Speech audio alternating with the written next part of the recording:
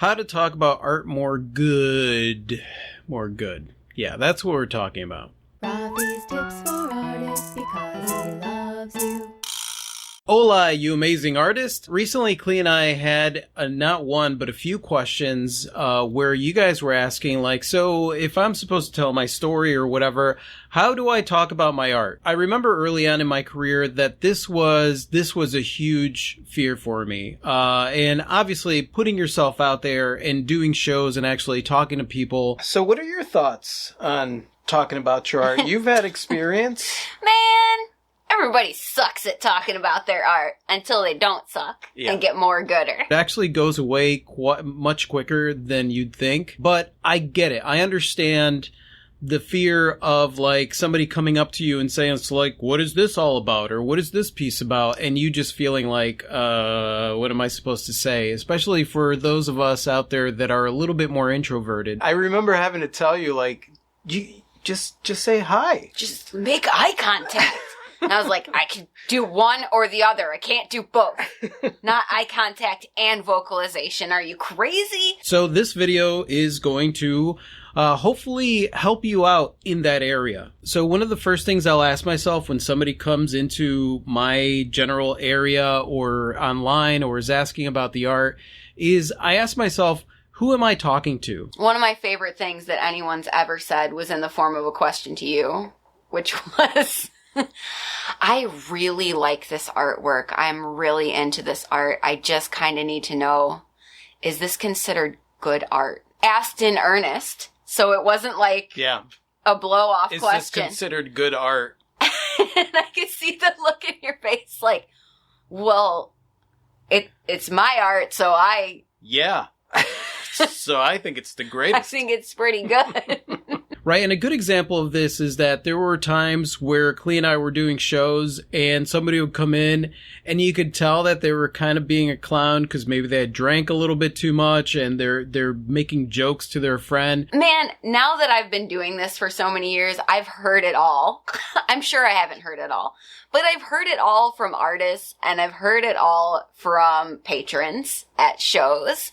Some doozies. Yeah. In those cases, I would usually just mess with them. You know, just don't even take it seriously. I mean, for the most part, when I'm talking to people, I don't take it very seriously because we're talking about the art. And some people, you could tell, they want specific answers. They're going to have that conversation with you. Most of the time, what they want to do is have a conversation with the artist and just find out a little bit more about you through the art, which is usually what the art is. Art is a form of communication and it gives us the ability to talk. You have a good point too. Not only read the room, but read the people you're interacting with, right? Yeah. So if somebody's had a few too many and they're just making jokes or they just think you look like a pirate or they're just trying to impress their friends. You want to evaluate. You want to take a look and see who is it that's asking this question and whether or not you're going to take it seriously or you're just going to mess with them. Just read the room. I also learned to read the room, like when someone is fully glazed over and they clearly are not interested in hearing about the origin story of metals and supernovas. Just stop talking. Just go ahead and end it. Yeah. Don't be nervous and just keep talking like, blah, blah, blah, blah, blah. Yeah. I literally, like, one person was so disengaged. I literally just stopped talking mid-sentence. They didn't even realize how disjointed it was. And they were like, okay, you know, like, and other people will be fully engaged and the conversation will happen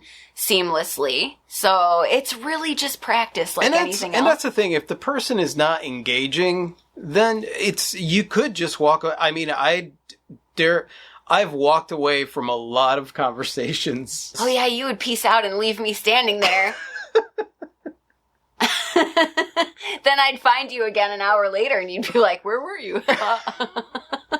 Number 2, my second advice is to just be honest. The process of creating art is so jumbled and confusing and different in every single situation that you create art. Sometimes you're doing things and you don't even know why you're doing it. It's okay to say, I don't know. Usually a lot of times what I'll do is after I create something and I'm like, I'm not really sure why I created that, I'll stop and I'll investigate it just in case I'm having a conversation with somebody about the piece that I could come up with something, but I always make sure that I'm being honest with the person. I'll be like, honestly, I just kind of created this piece, but then afterwards, like looking at it, this is what I'm getting from it. This is what I feel. Don't make up some bullshit story. You don't have to.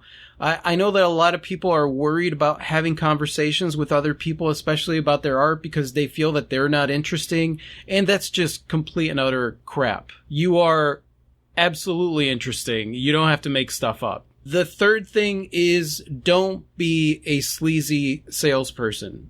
Okay? Don't be a sleazy salesperson. I don't know how many shows I've done where like the person that was across from us in a booth just was kind of like, it just grossed me out. One of my not favorite things I heard from a fellow artist at an art show was, well, what's your wife worth to you? Oh God, yeah. See, that's the sleazy guy. Car sales. Yeah. The patron had asked how much the necklace was. And he was like, what's your wife worth to you? That guy was a sleaze. There was one guy that was out there with his paintings and he was like, today only, you could get these paintings for $20. Hey, $20. I got these paintings for $20. No, I got these I'm hanging in a gallery, but don't go and get them at the gallery because you could just get them from me for $20. And I was like, oh, that's so gross. Yeah, it's just the caliber of people that you're going to get if you become a sleazy salesperson trying to sell your art, and everything that you do, everything that you're saying, or every story that you're telling is all geared towards like trying to manipulate the person into buying your art. Just don't do that. The art speaks for itself. You speak for yourself. And so if you're selling that story, then what really are you saying about you and your art? So many people get judged by the stereotype of their income, of where they fit in society, and that's the thing. If you're going to follow a stereotype of what society thinks is whatever it is, then, I mean, you're not engaging with people. Right. At that point, you're prejudging people, and you're not even engaging with them. And as long as you don't make those mistakes, you good. Number 4, have a go-to. Have like a go-to thing, whether or not it's your process or something, because a lot of times maybe you're in that mood and somebody asks you a question and you're kind of caught off guard. I usually would practice like a go-to about the techniques that I use or just the process that I use when it comes to my art. Just something, but make sure that it remains honest. Don't bullshit somebody. Just remain honest with it, but have a topic of conversation that is easy for you to just grab onto for those moments that maybe you're having a bout of insecurity or something. And over the years, I have learned things the hard way, by not doing the right thing. Like some of the things are, do keep an eye on volume control. Like you don't want to be nervously shouting at people, I like rocks a lot. Or mumbling. I've done both. Both not great. Okay, number 5, and this was important, and I think a lot of people get really put off whenever I say, tell your story, put yourself out there, tell your story, because when it comes to marketing, a lot of those marketing people are like, you have to tell your story, you have to blah, blah, blah. And so like, I get a lot of flack because people think that that's what I'm telling them, that they have to come up with some crappy bullcrap story in order to sell their stuff. And the thing is that really when it comes to me, it's all about authenticity and just being real, just being a real human. Like you're a person that's out there showing your work. And, obviously you want somebody to connect with it and buy it. But if you're out there being sleazy, or you're out there trying to make up a story, or you're out there and you're only looking at other human beings like wallets with legs, then, what is the authentic nature of that? It just means that you're just there just to make a buck. It has nothing to do with the art. And I think that because of the way that the art world is seen, with the $1 million paintings and people dropping several $100 million on a painting, they get that confused. It's about the art, you guys. It's about the art. It's about the artist. It's about the connection and the relationship between the buyer and the artist and the art itself. It is not about the money. One thing you should not do, ever, is size someone up by their outward appearance. Oh, no. As a prospective buyer or not. I've seen so many artists do this at shows. I've had artists do this to me at shows. I was earnestly looking at a painting that I really loved at an art show. I was enamored with this painting.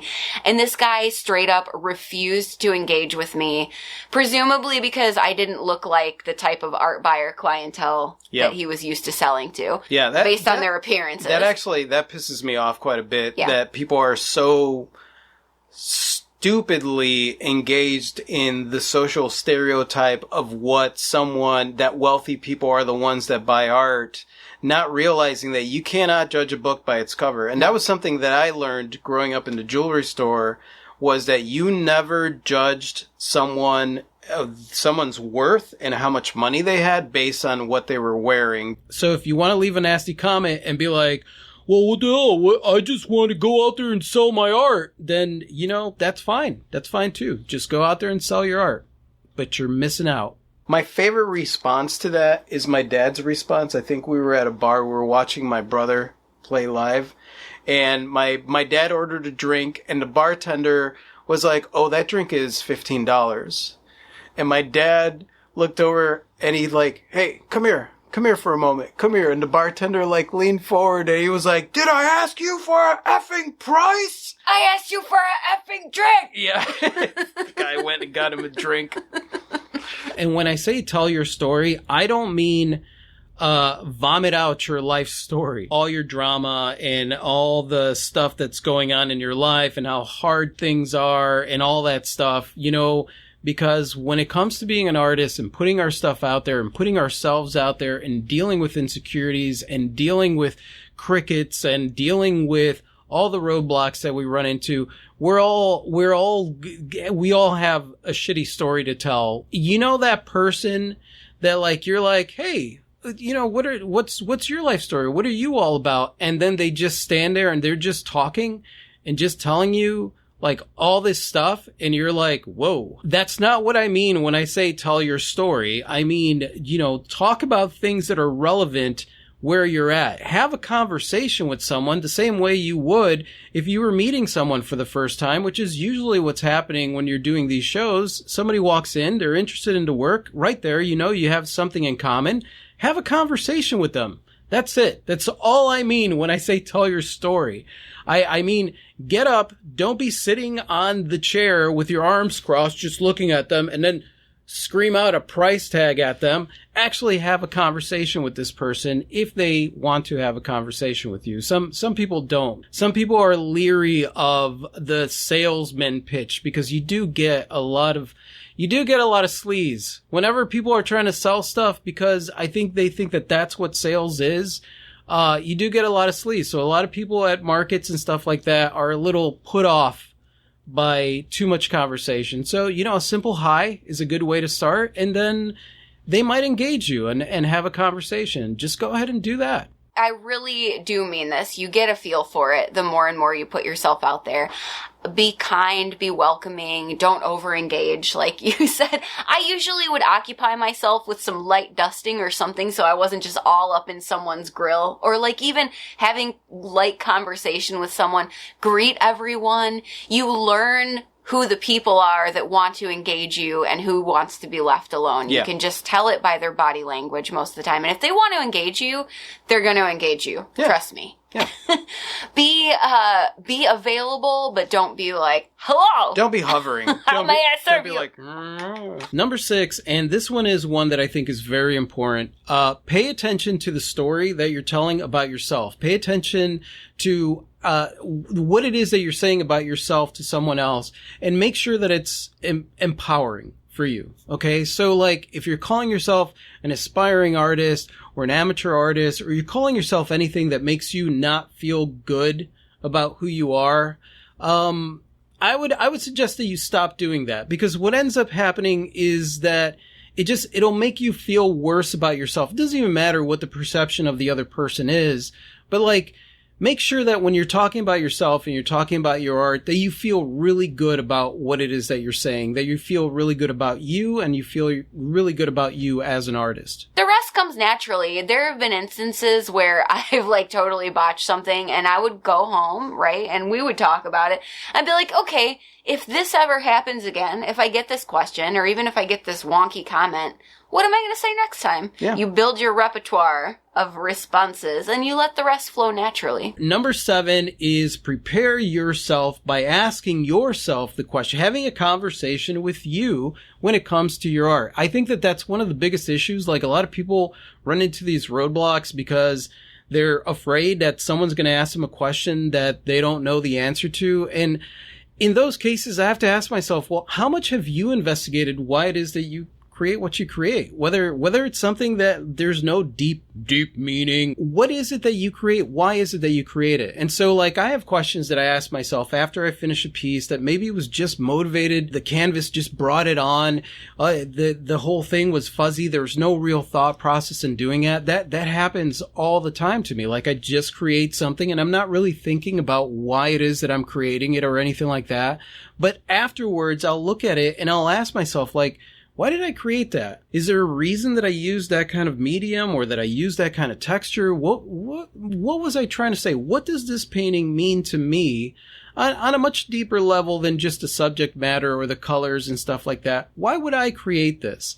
And I think that as artists, we have this really, really interesting ability to connect with our subconscious and really take a look at what's going on with us on a much deeper level than most people can, because you've got something that you just created. There is a reason why you created it. I think that's the thing. Like, you really can't mess up unless you are just not engaged at all. Like, remember the artist whose artwork we really liked at the show, and he straight up told you, like, deadpan, I mean, I don't really know. I don't really think about it. I don't feel much of anything when I create these. Yeah, I don't feel much of anything. And I was They're not really about anything.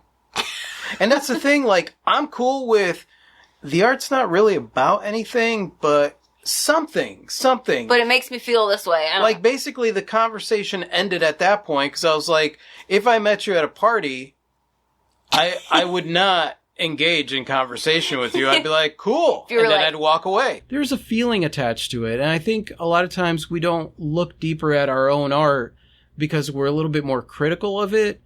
And here's the thing. You got to stop being critical about your art. Just if it's something that you created, find the love for it, because people are going to really like things that you like, especially if they connect with you. So, like, if you're looking at your art and all you have is a critical eye and you haven't trained yourself to get past that critical eye, which happens little by little, you do have to chip away at it, but you can do that, you know, and that doesn't mean that you don't look at a piece and you don't think to yourself like, oh, you know what, next time I could improve on this or this, because every piece there's always room for improvement. That doesn't mean that it's bad, and it doesn't mean that it sucks. The next one, number 8, is focus on your art, not on the other stuff, right?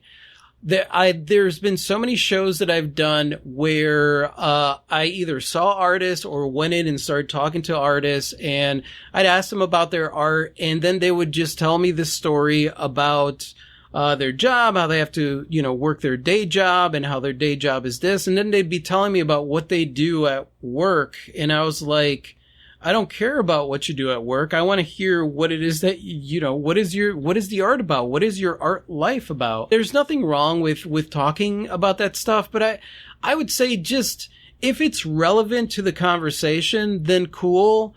But for the most part, you gotta just focus on the art, focus on the fact that you're an artist, and really view your day job as just a side hustle. That is just a side hustle that allows you to pay some bills. Your art is your real job. And attached to this is the next one, which is save the drama for your mama. Basically what I'm saying there is, listen, we all struggle to create. We all either have someone that we live with that is a pain in the butt that doesn't allow us to create, or we have family members that love to call on the phone, or friends that just don't understand that you need this time to create stuff, or maybe you have kids and you got to wait until they go to bed, or you have a job and kids. And so like there is this very small time for you to create stuff. And I think honestly, a lot of times when we're telling these stories, we like to put these conditions up for ourselves, to show how hard it is. It's almost like, it's not necessarily humble bragging, but it's like trying to prove like, listen, I work really hard. I have this job and I have this going on, and I still try to fit in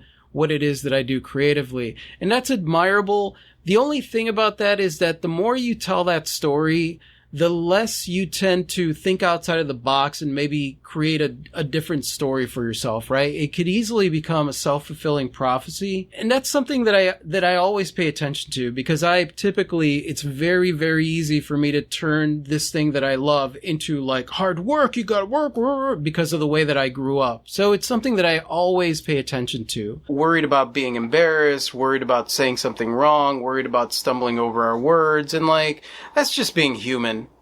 If you're going to talk about your art, just talk about your art. The one thing you got to remember is just be honest.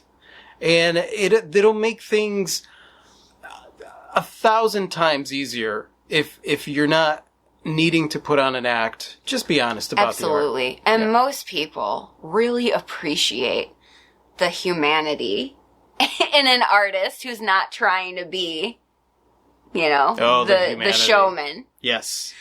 People really appreciate just down-to-earth conversation, especially in the art world. Oh, yeah.